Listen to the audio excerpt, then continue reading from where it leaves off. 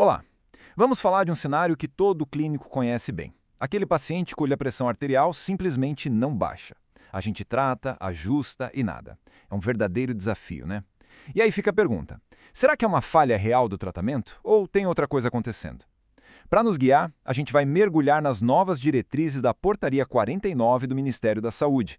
O objetivo aqui é entender direitinho o que é hipertensão resistente e refratária e, claro, como aplicar isso no nosso dia a dia. Ok, o nosso caminho hoje vai ser bem direto. A gente começa falando desse desafio que é a falta de controle. Depois, vamos definir certinho o que é hipertensão resistente. Em seguida, um ponto super importante, a armadilha da pseudo-resistência. Daí a gente avança para o espectro da refratariedade e, para fechar, vamos discutir as implicações disso tudo e os próximos passos. Bom, então vamos lá. O ponto de partida é aquele clássico do consultório, sabe? O paciente chega, está usando vários remédios para pressão e, mesmo assim, a meta pressórica não é atingida. É exatamente aí que a nossa abordagem precisa mudar de chave. Precisa ficar mais sistemática. E aí vem a grande questão, né? A terapia tripla, aquela otimizada, falhou. E agora? Qual o próximo passo? A tentação é enorme de simplesmente adicionar um quarto medicamento. Mas, olha, a nova diretriz puxa o freio e diz: calma, vamos investigar primeiro. A pergunta que a gente tem que se fazer é: isso é uma resistência de verdade?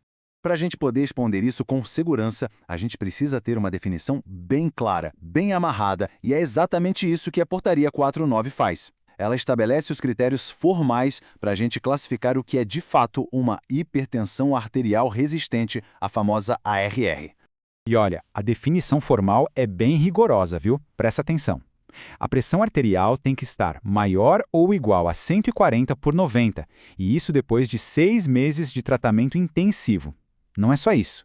Tem que ser, apesar do uso de 3 classes de remédios diferentes, em doses máximas toleradas e, o ponto mais crítico, com boa adesão do paciente. Fica claro que a CHR não é um diagnóstico que se faz de qualquer jeito correndo. Então, na prática, é como se a gente tivesse um checklist com 4 pontos para verificar. Vamos lá. Primeiro, o tempo. O tratamento tem que ter mais de 6 meses.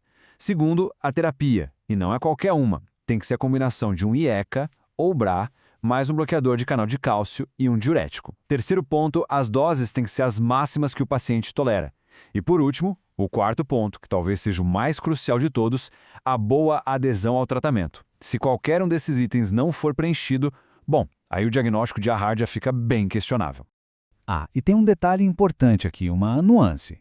Digamos que a pressão finalmente foi controlada, ficou abaixo de 140/90. Mas, para isso, foi preciso usar 4 ou mais classes de remédios.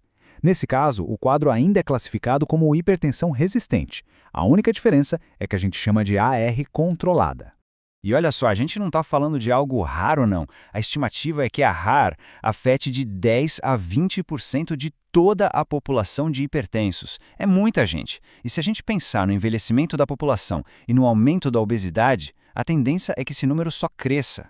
Certo. Agora, antes de bater o martelo no diagnóstico de AHAR, a gente precisa falar de uma verdadeira armadilha clínica. É a chamada pseudo-resistência. Entender isso é fundamental, sabe? Para evitar sair prescrevendo mais remédios sem necessidade e pedir um monte de exames que talvez não precisem. É que assim, uma coisa é a resistência verdadeira, que é uma falha farmacológica real, mesmo com tudo otimizado. Outra coisa, bem diferente, é a pseudo-resistência. Ela simula uma AHAR, parece que é, mas não é. As causas são outras, coisas como baixa adesão do paciente, doses dos remédios que não estão adequadas, ou até aquele famoso efeito do avental branco. A mensagem da portaria, como a gente vê aqui, não podia ser mais direta. Antes de pensar em escalar o tratamento ou já sair encaminhando para o especialista, o nosso trabalho é investigar e corrigir esses fatores de pseudo-resistência. O que isso quer dizer na prática? Otimizar as doses e, principalmente, ter aquela conversa franca, aberta, sobre a adesão ao tratamento.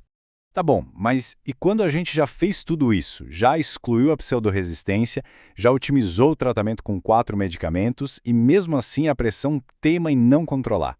Bom, aí a gente entra no extremo do espectro. É uma classificação ainda mais séria.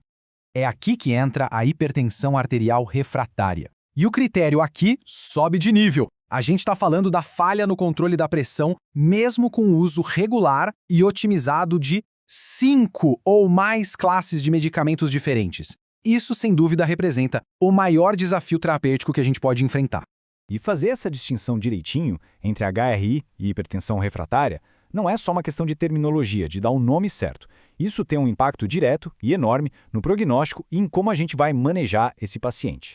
O prognóstico aqui muda da água para o vinho. Paciente com HAR e especialmente com hipertensão refratária tem um risco cardiovascular muito, mas muito elevado. Essa pressão que não cede acelera a lesão de órgãos-alvo, rim, coração, cérebro. E, claro, a gente tem que ficar com a pulga atrás da orelha. A chance de ter uma causa secundária por trás de tudo, como um hiperaldosteronismo, por exemplo, aumenta bastante.